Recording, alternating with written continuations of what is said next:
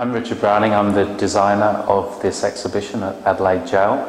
There's lots of great parts of it. I especially like this lock-picking one, which was one of my original ideas, and I wanted to encourage people to try and pick the locks and see how difficult it was to actually get out of Adelaide Gaol. Some of the exciting bits are about the tattooing that used to go on in the prison. This guy in this image actually was in prison at Adelaide Gaol in the 1980s, and he tells these amazing stories about how he was incarcerated here, and part of the things they used to do to entertain themselves was do illegal tattooing. So they used to make these tattoo guns out of bits of wire and plastic and little electric motors, and they used to tattoo themselves by finding any ink or even boot polish.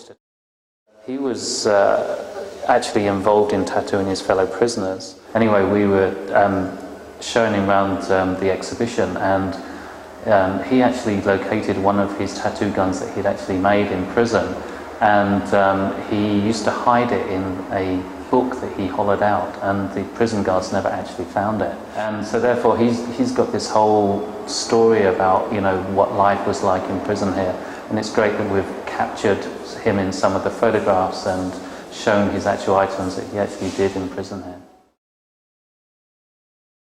Hi, I'm Robyn Ashworth, and I'm the Heritage Interpretation Officer.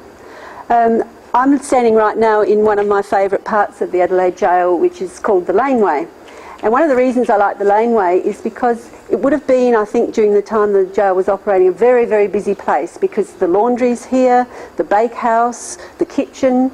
So really it was, in a sense, the nerve centre, I guess, for the jail, because it would have been involved in all the daily maintenance that was going on around the jail, and of course feeding the prisoners, which was very important.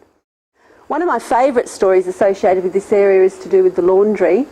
And a very brief version of that story, as it was told to me by an inmate who worked in the laundry, was that being somebody working in the laundry gave you the best opportunity to get some contraband from outside. And if a prisoner was being released, he would sort of say, "Hey mate, what would you like?" And once he knew whether it was cigarettes or alcohol, whatever it was that somebody in jail would like, there was a system. And in those days the laundry used to do the nappies for the Queen Elizabeth Hospital.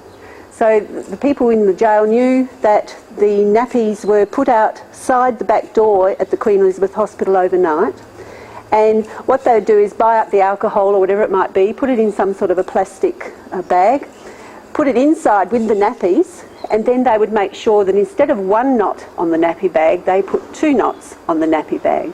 And when the laundry was delivered the next morning, the jail inmates who were receiving the laundry would look, and if they saw a nappy bag that had 2 knots in it, they straight away knew that they were having a delivery, and that nappy bag would go to the back of the pile so that the prison officer didn't notice. And then later, when they were on their own sorting the laundry, they knew that they'd go and open it up, and they would somehow put aside whatever they'd just received from their mates outside.